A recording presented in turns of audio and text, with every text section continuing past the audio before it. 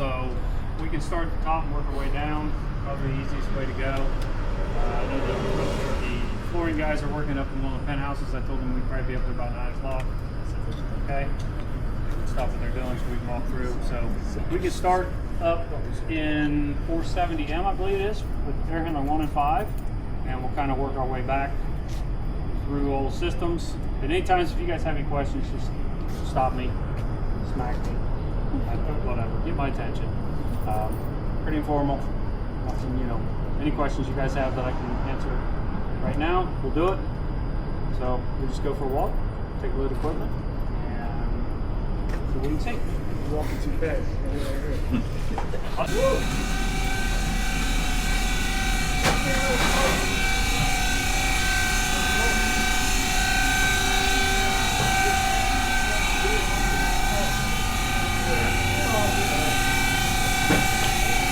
Okay, and no, this is heating hot water. You see over here.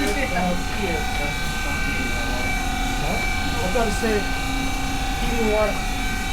Recovery, it's energy recovery. This is our HRC then? Alright, usually our HRC is red.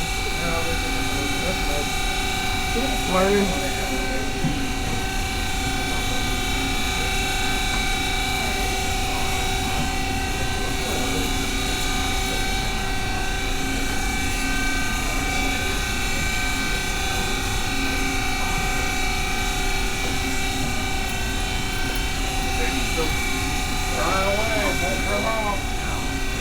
Look into that last time.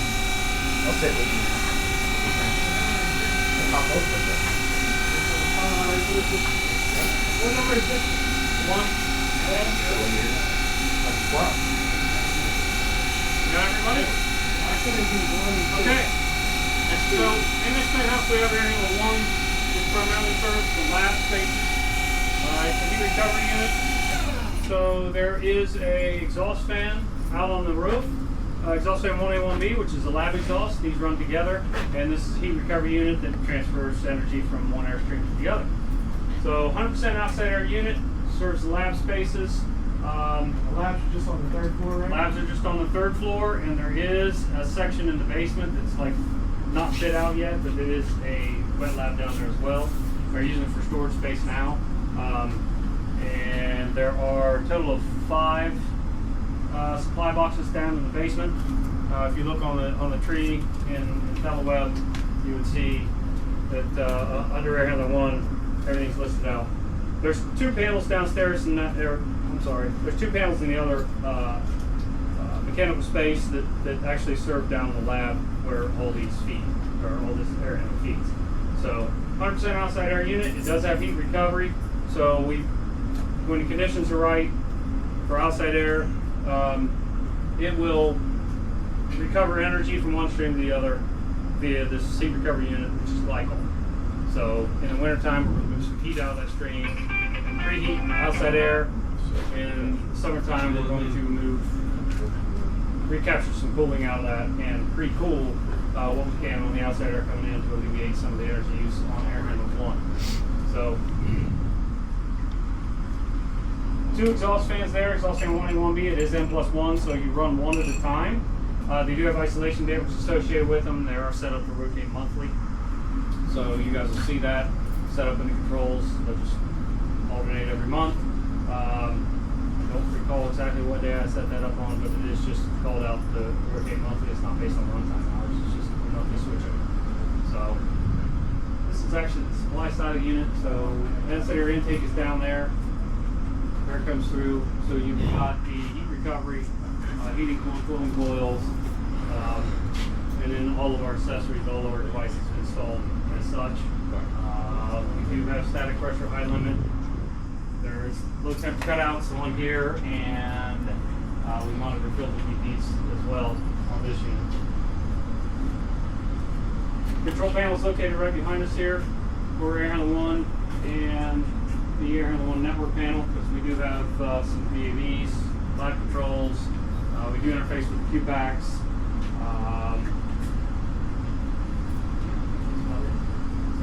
These are fan wall units, so I'm not sure if if Daikin has gone through and done any air handler training on these, they'll probably get more, or they have already? Yeah, we did Okay. that. Both Daikin? Yeah, we'll have to reschedule that for us again then, because we need to be there as shop. Okay. So, just fan wall units, Q-pack controls, we do interface with those, pick up some speed signal coming back, like positive fan feedback of CFM. Those are all calibrated with balance contrast. So, does anybody have any questions on air handler 1 and the associated exhaust fan? There are AccuControl valves downstairs that we control for the lab spaces. And those control valves located over in the other penthouse. But that's primarily your lab equipment. Back behind us over there is air handler 5. I want to talk about Air handler everything 5 is with another Daikin 100% systems. outside air What is it? unit. It runs Gunderson, only 5.5. when the kitchen hood exhaust is running. So we want to talk So about hoods it, 3 and fan 4, walls, the BRS which are the system, large hoods. and, It only comes on and serves as makeup air for that kitchen space. So it just only does the kitchen? That's it. when we get to air handling, That's it. specifically, I have some questions about that. Okay, alright. So air handler 2 serves VAVs that are in the kitchen as well. And that's what Ryan was asking about earlier. So air handler 2 has 2 VAVs that serve the kitchen for conditioning. Okay? And it is also associated with this small exhaust hood, to where if that small exhaust fan is running and those hoods go active, we index those boxes to maximum airflow set points for makeup air and still provide conditioning to the space. If the other hood comes on, which is, I believe, exhaust fan 3, associated with hood 3 and 4, air handler 5 comes on and serves conditioned air from the unit at 70 degrees. This is what the current set point is. It's basically space neutral air, just supplying makeup air because the hoods are pulling out additional from the space. And we do have static pressure transmitters located on the north and south of that kitchen space. So those boxes will vary in how much makeup air they're bringing in based on static pressure of the actual space. So those are in our one line, is it located where those down duct sensors are at? It's located actually, they'll be on our control drawings. It says on the control drawings, it's actually in the plenum. It serves. Okay, yeah, I just don't want to be like seeing this, like I gotta go find it. Yeah, it's on it. It's on it. Alright. Did they get written in the description on any of the points, different numbers? I don't know. If it's on there, we can put it on the. I'd have to look. A lot of times I'll do that, but I'll have to double check on it. So, air handler 5 is also 100% outside air unit. It does have isolation dampers, much like air handler 1. Those open, prove open, allow the fans to start, and the ramps up to control the dust counting. So, same thing as air handler 1. It does not have any heat recovery, just hot and chilled water control for it.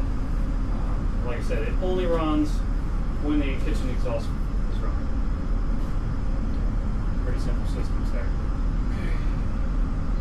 Have you had any issues with the fan wall and air handler 2 that you know of? That I know of. Because when we were looking at it this morning, fan number 8, the supply fan, it's not giving a status when the other 7 are. So we were wondering, is it 59%? We figured that was fast enough. Maybe it was just a CT or maybe. I haven't seen that. Okay. Yeah, I haven't seen it. We'll have to take a look at that later. Yeah, I know exhaust fan 8 they've had issues with far. Not an exhaust fan. It's a supply fan. Supply fan. Oh, Number yeah. 8 fan inside that unit. Yeah, I haven't.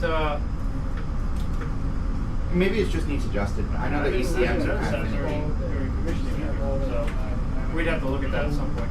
So we can look at that later today. Yeah.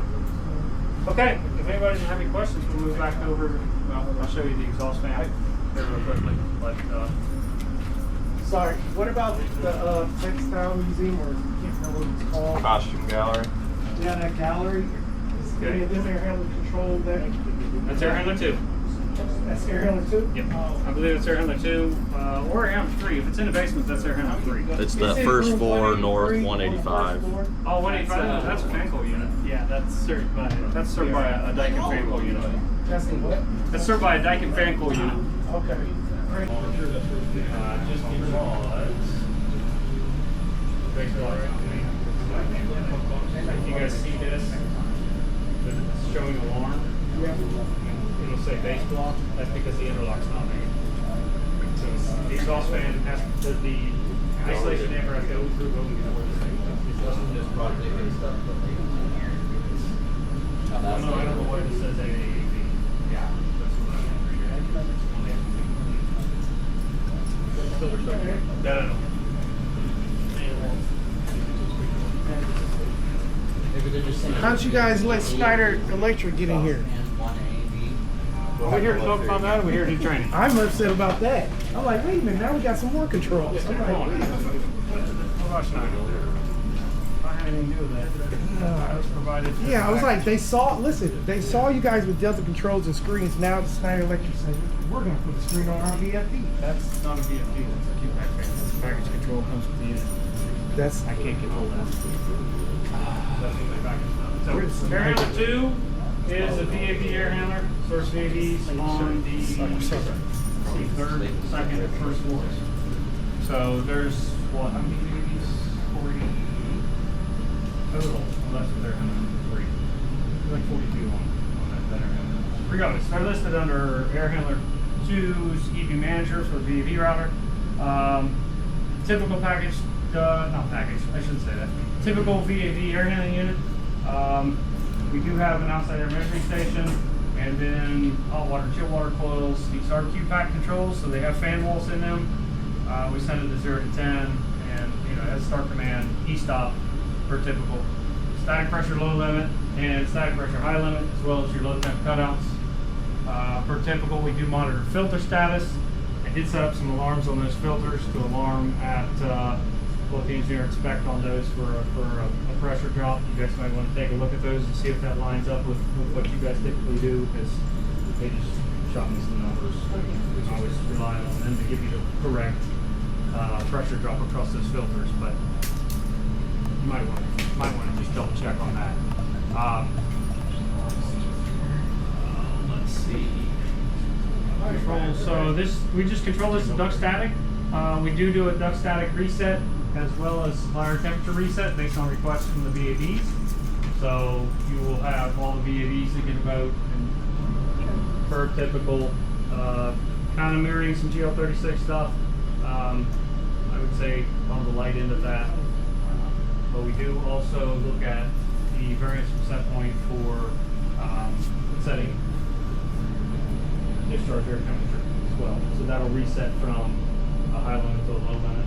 They have their high limit up at 65 degrees, down to 55, and then they also have humidity override. So if the space gets above, I believe, 60% humidity, we go into dehumidification, and we just take the discharge air temperature down to 55 degrees in an effort to dehumidify.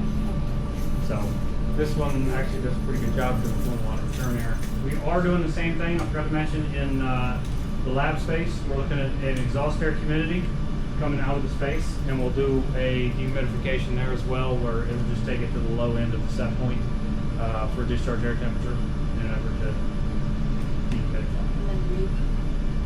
Reheats at the VAV level. Yep. So we won't subcool the spaces, the reheats will just kick in and take care of the space. So air handler 2 and air handler 3 is basically a smaller version of air handler 2. There are 5 boxes that it serves in the basement level only. So that's where they have a costume storage room down there. It does have there are 3 zones that have a humidifier associated with them? Yeah, I think it's 3 zones.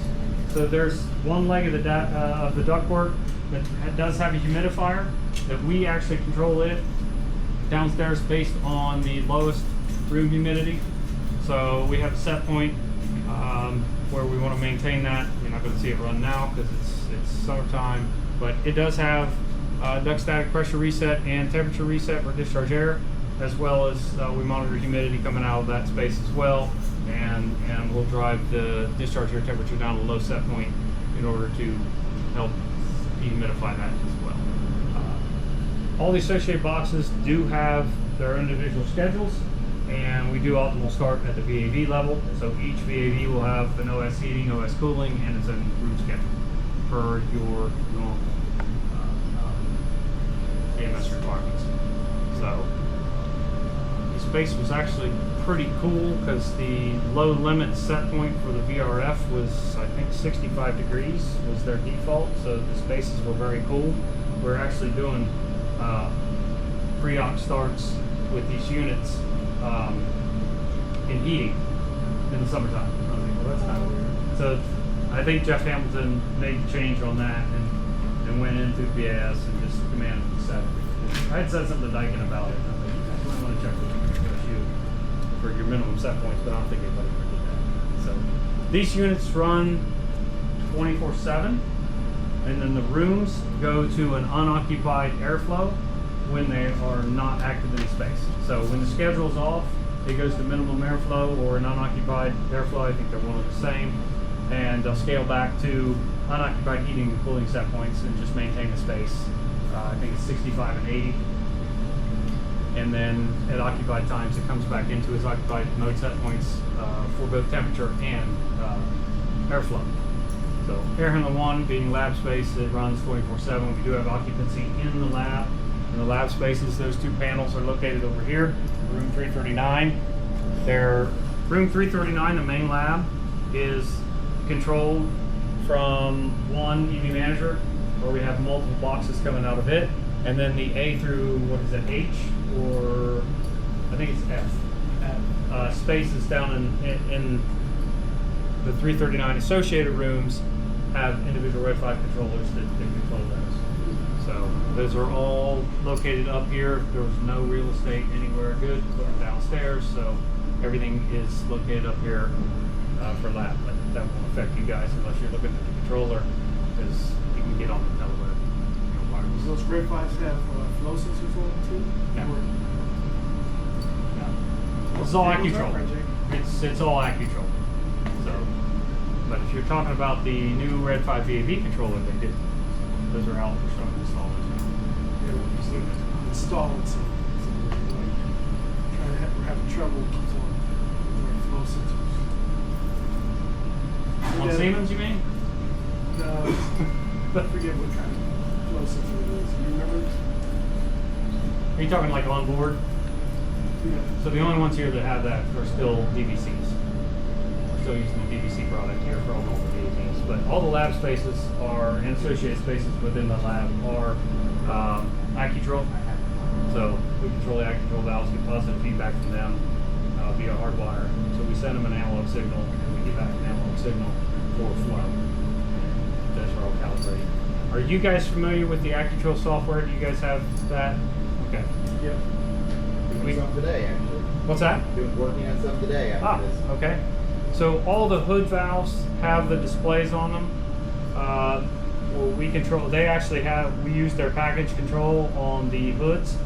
So those have been set up. We can demonstrate that. We'll walk downstairs after we go through Air Handler 4. But Alarming set up? yes. And then, is there any modes like in Celeste or like fire, same kind of setup? Not really fire, but Okay. there's occupied and unoccupied. There's a hood presence sensor on those, so it'll actually reduce their face feet per minute if the space if it's unoccupied for I think it's 15 minutes. It'll scale back to I think 60 feet per minute rather than 80.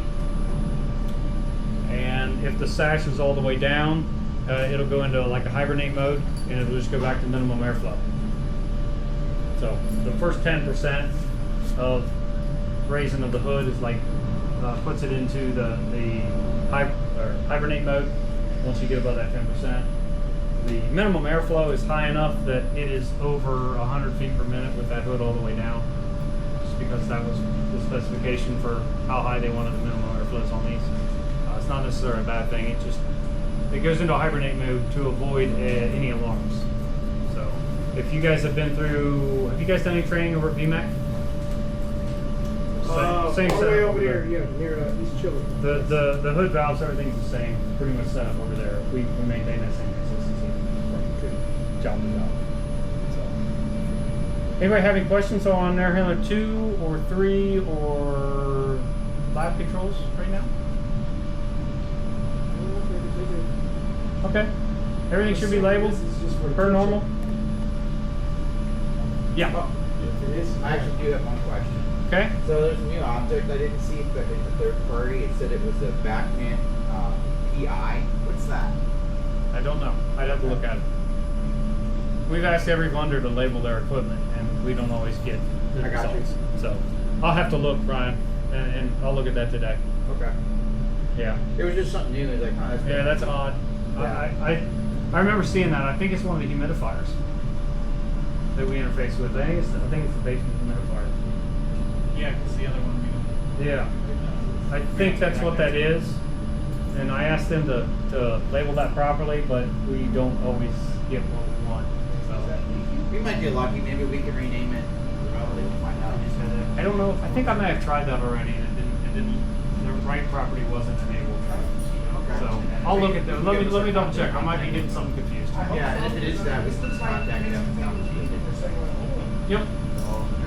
Okay. Well, we'll move over to area number 4.